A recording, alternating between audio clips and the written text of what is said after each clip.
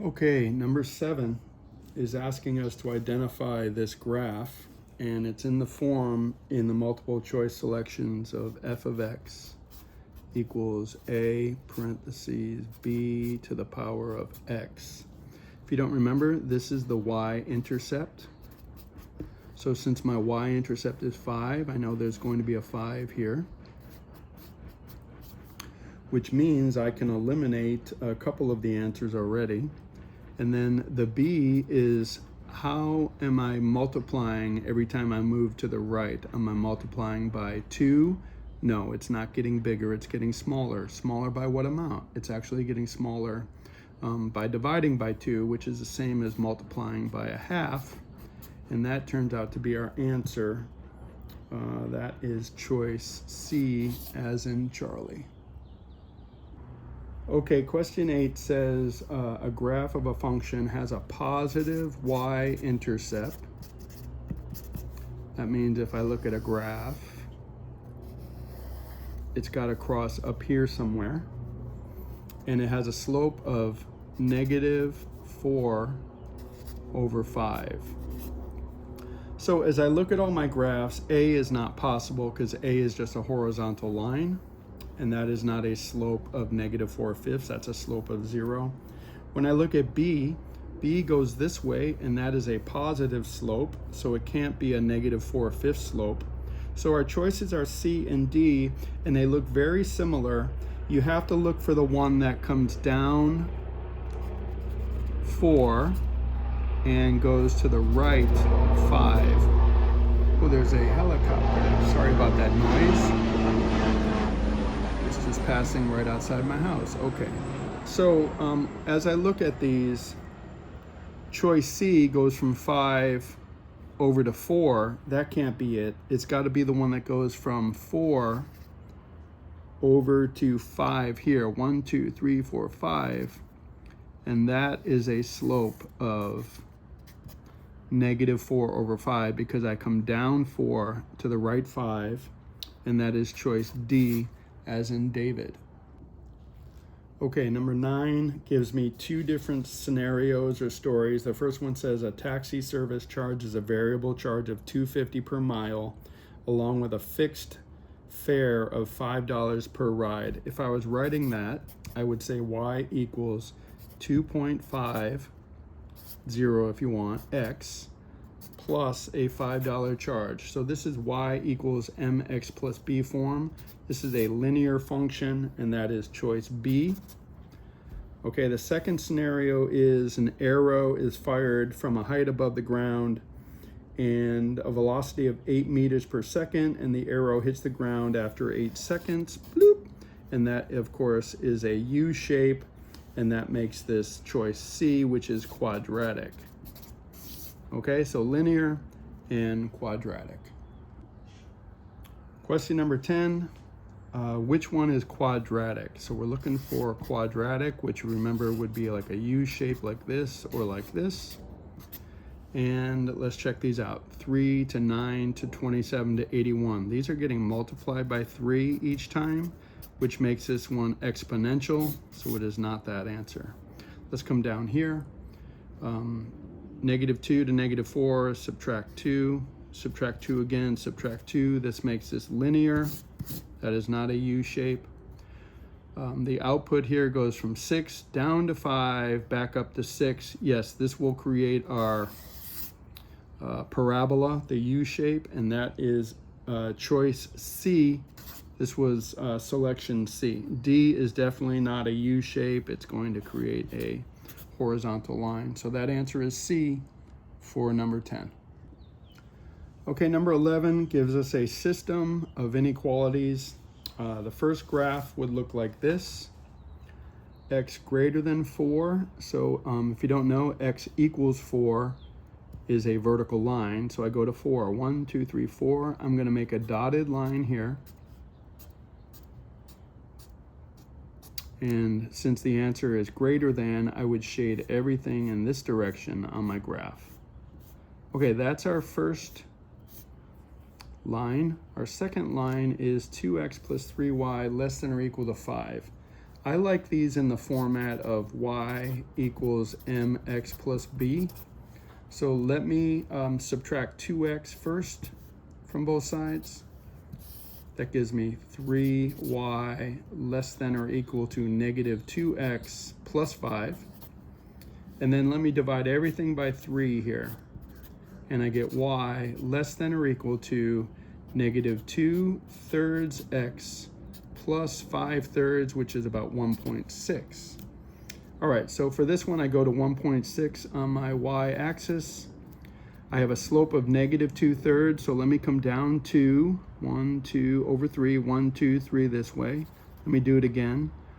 Down to 1, 2 over 3 this way, 1, 2, 3. Okay, and now this one has the equal sign, so I make a solid line. Okay, I'm getting kind of close here. All right, and the answer is got to be less than or equal to, so we shade down. And what I recognize is that there's an overlap area right here. So you're looking for the graph that has that overlap area down in that corner.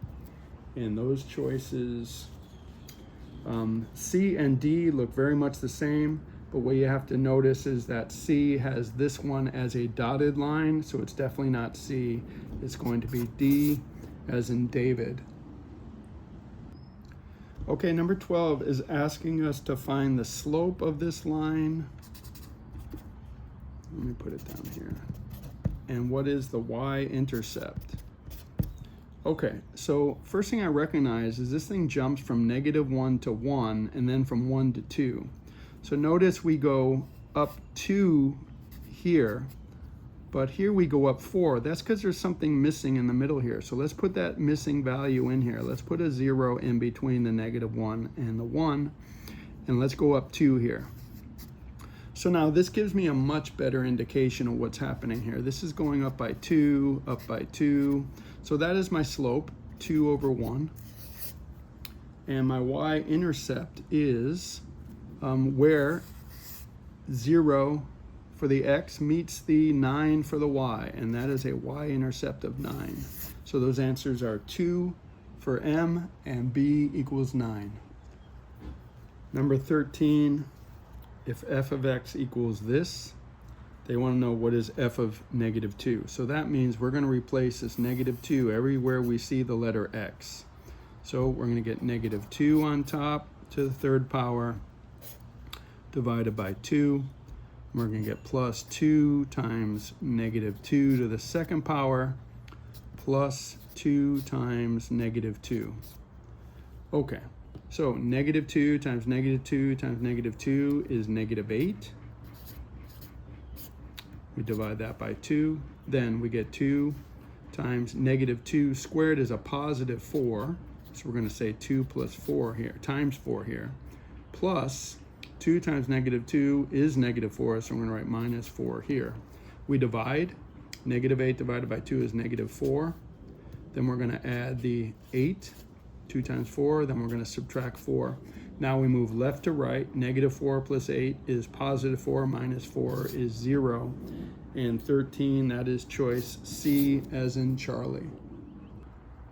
14, they want us to factor this. So what I recognize is there's a 3 and a 9 here, and the greatest common factor there is 3, so I'm going to pull that out. I have 2 a's here, a squared, and I have 3 a's here, so the greatest common thing they have is a squared, 2 of those. And then same thing for the b, there's a b to the third and a b squared. Some of you think that's a z, sorry, that's b squared. And what they have in common are 2 of the b's, so that's b squared. So that's what I've pulled out of this binomial. And now I have to figure out what am I going to multiply this by to recreate that. So 3a squared, that's all there. So it's just b here, right? That's the only thing I multiply this by to recreate this. Minus 3 must be multiplied times 3. A to the third here, a squared here, so I need an a to recreate a to the third, and the b squared is already there. So this is our answer. Let's see which one of those lines up with that. That looks like choice C as in Charlie. Number 15 is asking me what is the equation of this graph. And the first thing I notice is that it has a y-intercept of -1. So in this format, y equals mx plus b. I know that there's a -1 here. And then the slope of this line is up 1 over 2, up 1 over 2. So that's going to be a 1/2 x. So I get y equals 1/2 x over, y equals 1/2 x minus 1. And that is choice C as in Charlie. Okay, 16 looks very complicated, but since they gave us multiple choice selections, let me explain the scenario. They got a $28 gift card, songs cost 85 cents, games cost $1.98, and they want to get at least 14 of these things. So the first thing you could say is, well, the number of songs plus the number of games, they want us to have at least, so greater than or equal to 14. So that's one of our answers here. And actually that's reducing us down to A and B. It's either A or B because that's in both of those. The second part of this is they have a $28 gift card. So if we multiply the number of songs times 85 and we multiply the number of games times $1.98, it has to be less than or equal to this $28. So let's see which one of those has this. Let me write that first. Let me write 0.85 times S plus $1.98 times G has got to be less than or equal to 28. Between A and B, the only one that has that is B. So that is our answer, choice B. Number 17, they give you this exponential function and they want to know what 427 represents. Well, if you don't remember, this is the initial amount in this formula. So it would be an A here, parentheses, 1 plus or minus something to x power. In this case, it's t for time. So that is choice A as an apple for number 17. That is the initial amount. Okay, number 18, they want us to solve this absolute value equation to find the minimum and maximum. So good news, they gave us the equation. Bad news, we haven't done these in a while, but here we go. So the first thing we do is we just drop the bars completely and we're gonna solve that. 25x minus 400 equals 50. And when we do that, we're gonna add 400 to both sides. So we get 25x equals 450. Then we divide by 25 on both sides. And we get x equals, let's see, 4 times 25 would be 100. Times 4 would be 16 of those plus 2 more. So that'd be 18, I think. Is that right? Let me use my calculator. 450 divided by 25. 450 divided by 25. Yes, that's 18. So we know one of these answers will be 18. I don't know if that's the minimum or the maximum. So for the second one, what I need to do here is I'm going to make this second equation equal to negative 15. So let me do that. 25x minus 400 equals negative 50. If I said 15, I was mistaken, sorry. So now again, I add 400 here and here, and that leaves me with 25x equals 350. Okay, so that's gonna be 100 less than what we did earlier, so that would be 4 less than this, that would be 14. So it looks like those are my answers, 14 and 18, minimum, maximum. Number 19 is asking us to compare these two functions. And I think this would be a lot easier to compare if this one was in this format. So we have the Q function and we have the R function. So rewriting this, first of all, it has a y-intercept of -2, and I know that because it's 0, -2. So this would be y equals something x minus 2. What would that x be? Let's see, what is our slope here? Negative 2 up to 4 is plus 6 again, plus 6. So yeah, this is 6x. All right, so now I can compare the q function with the r function. Let's see. Let me go through these answers here. Function r has a lesser y-intercept. Yeah, it does. Negative 2 is less than negative 1. Okay.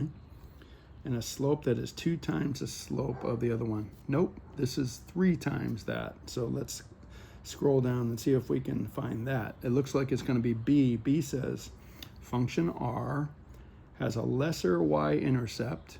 Yep, my y-intercept is negative 2 versus negative 1. And a slope that is 3 times. Yes, 6 is 3 times 2. So this is choice B, as in boy, for number 9. Okay, number 20 is asking us to solve this quadratic equation. Again, we haven't gotten to this yet. It's 8-4, I think. Maybe 8-5.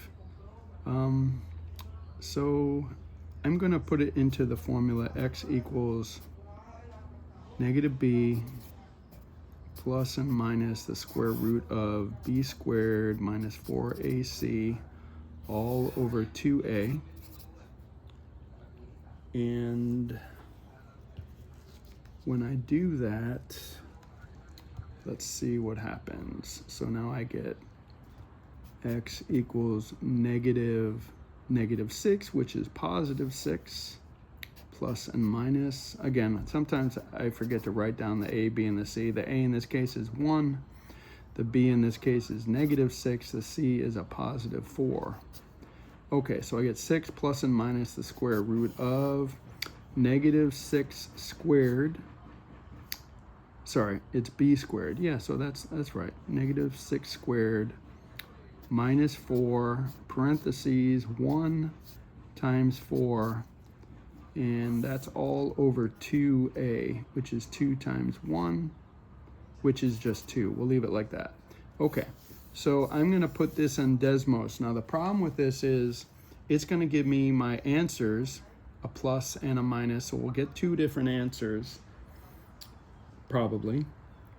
But they will be in decimal format. So let me go do that and I'll be right back. Okay, I plugged both of these, the plus and the minus, all into Desmos, and I got 2 answers. I got 5.23 and negative 5.23. Now, the answers in the multiple choice selection are all in this format. Let me just give you A, for example. A is negative 3 minus the square root of 5. So what I would have to do now, unless I want to do more work, is I would have to put all of these choices into Desmos and see which one is the same as either this or this, and then select all of those that apply. And I'll do that now and I'll get right back to you.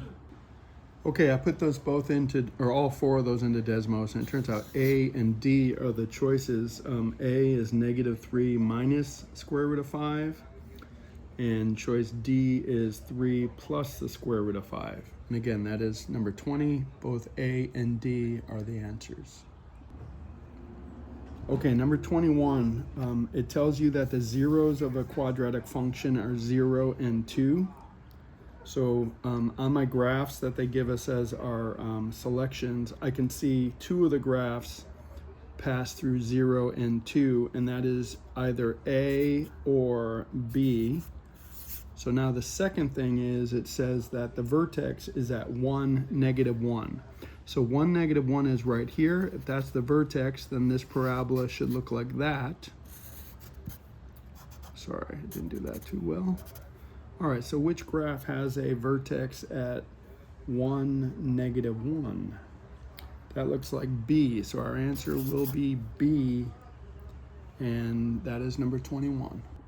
Okay, number 22 talks about a story where the number of passengers cars in a state in 2015 was 20 million.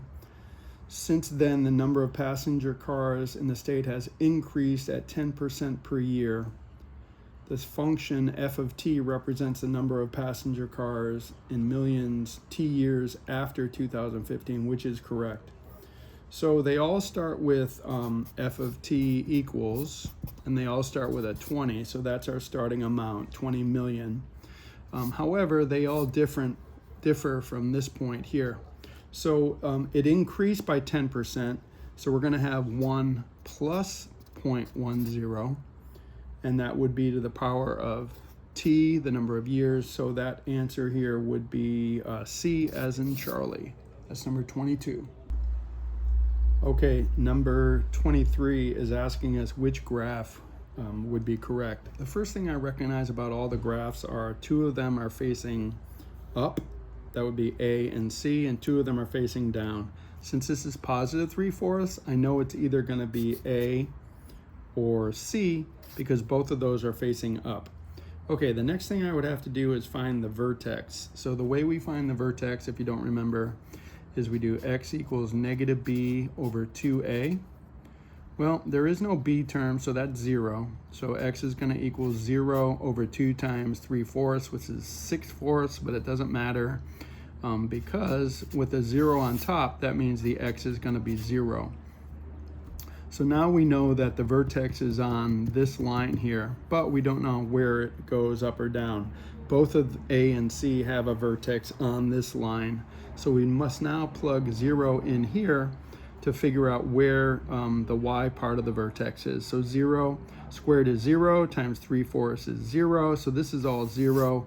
Add 5, and we know that the vertex will be at 0, 5. 1, 2, 3, 4, 5.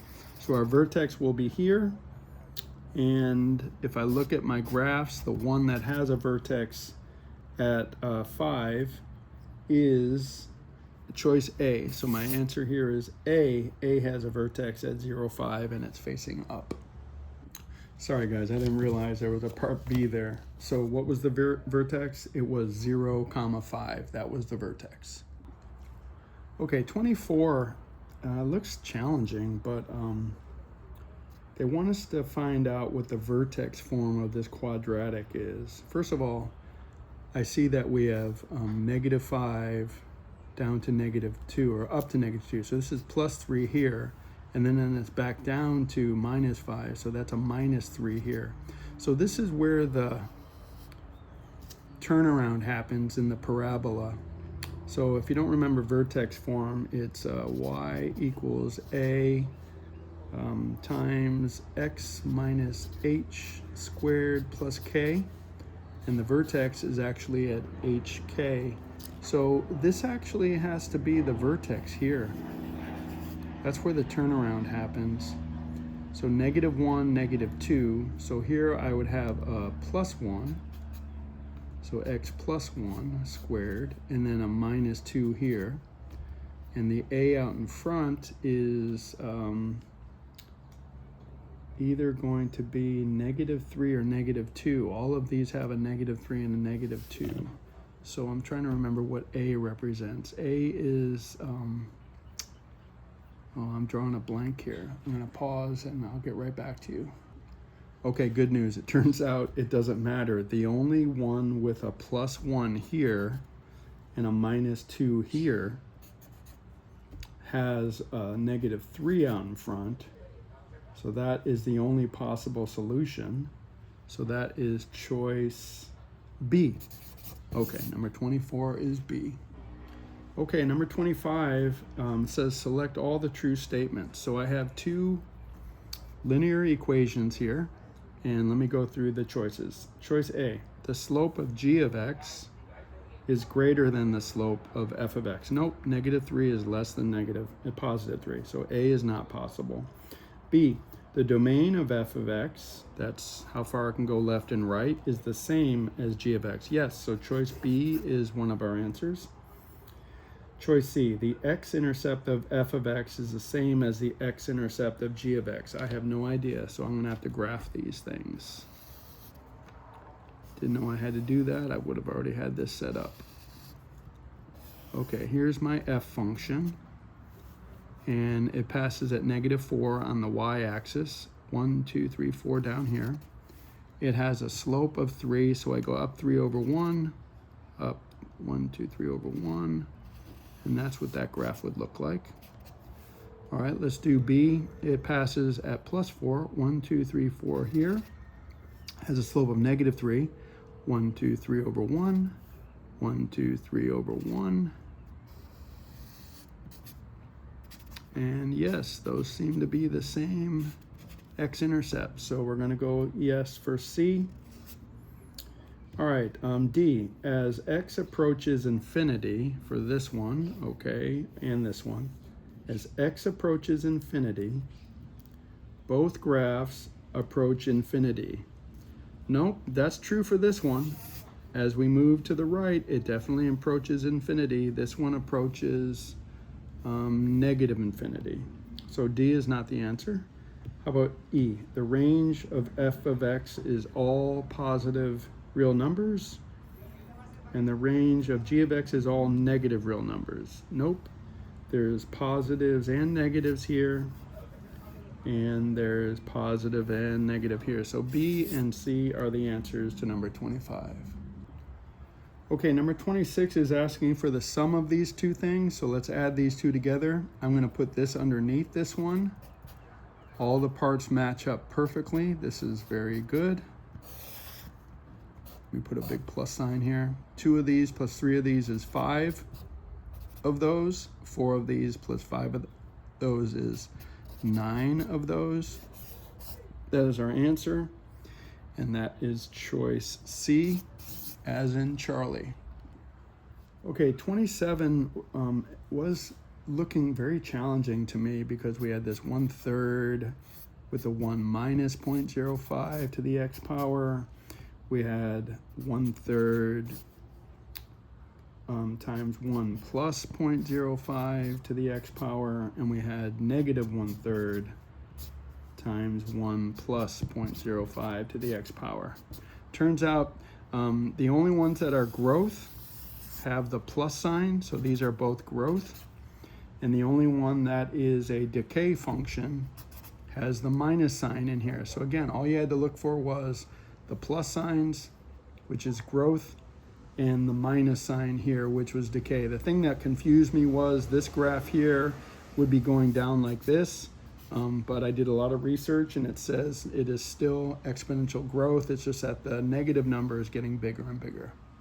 So that is D, G, and G for the check boxes there. Okay, 28, it says look at the functions, okay. In which interval are both functions strictly increasing? Well, the easier one to do is the parabola. So it's increasing all the way up until it gets to 1. So it's increasing all the way from when x is less than 1. That's when it's increasing all the way up to the 1 on the x-axis. And this one is always increasing, but where it's both strictly increasing must be this, everything less than 1, all the way up to here, and same for this one here. And that is choice C. Okay, number 29, Zen's making a homemade trail mix that requires at least 250 grams of dried apricots, X, and cherries. Okay, so together they have to be at least 250. Each dried apricot weighs 6 grams and each dried cherry weighs 2 grams. Which inequality? Okay, so 6 grams for the apricots, those are X. So let's go with 6X. And then we're going to add that to 2 grams for the cherries, and cherries are Y, so 2Y. And back to the original, it says, making trail mix that requires at least. So when you add these together, they both have to be greater than or equal to 250. Let's see which one of these makes any sense. 6x plus 2y greater than, yeah, that is choice C, as in Charlie. Okay, number 30 is asking us to simplify this, I guess. So what I would do is I would write this as 3 different problems. 4x squared divided by 2x minus 18x divided by 2x plus 6 divided by 2x. And here we go. 4 divided by 2 is 2. X squared divided by x is x, minus 18 divided by 2 is 9, and the x's cancel out. And then finally, plus 6 divided by 2x is the same as 3 divided by 1x. And that is what? Choice 2x minus 9 plus 3 over. That is choice A as in apple. A for apple.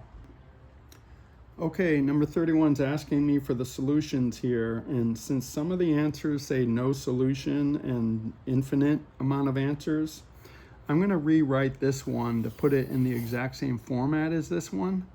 That way I can check the slopes and I can check and see if they're the exact same equation or not, because those are possible answers. So first thing I would do is, let's see, how about I subtract x from both sides here.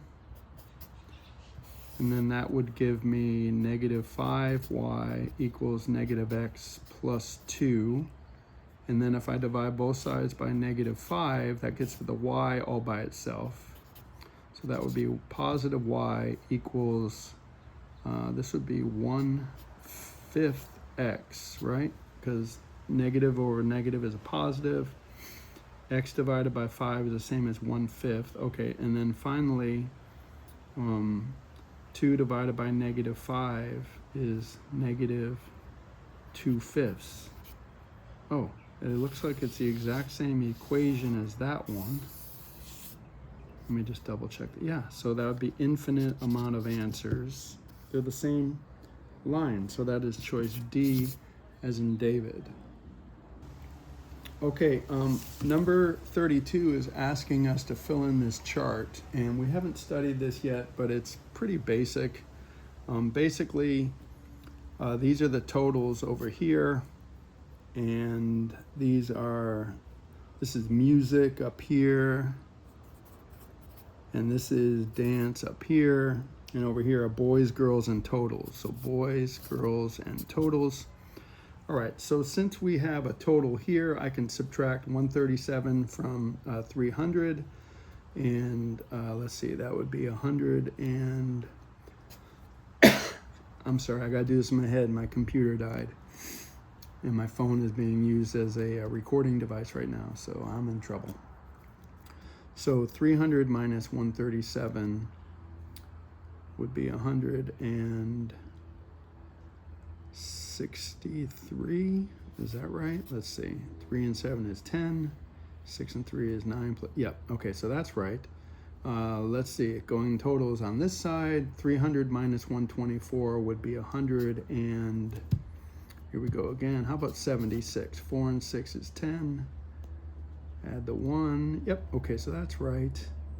All right, let's back up this way now. 137 minus 76. That would be what? 7 minus 6 is 1. 13 minus 7 is 6. I think that's right. 1 and 6 is 7. 13. Yes, that's right. Okay, now backing up this way, this would have to be 63 to create the 124 here. And this would have to be 100. Okay, and then coming down, that matches. So there's our answer to number 32. Sorry, guys, no calculator. Okay, number 33 is asking us to evaluate. So since the bases are the same, we can just subtract the exponents since this is division. So this is the same as 5 to the power of 4/9 minus 13/9. And now, as I simplify that, I would get 5 to the power of, let's see, 4 minus 13 would be negative 9. So negative 9 over 9, which is negative 1. So 5 to the negative 1 power is the same as 1 over 5 to the positive 1 power.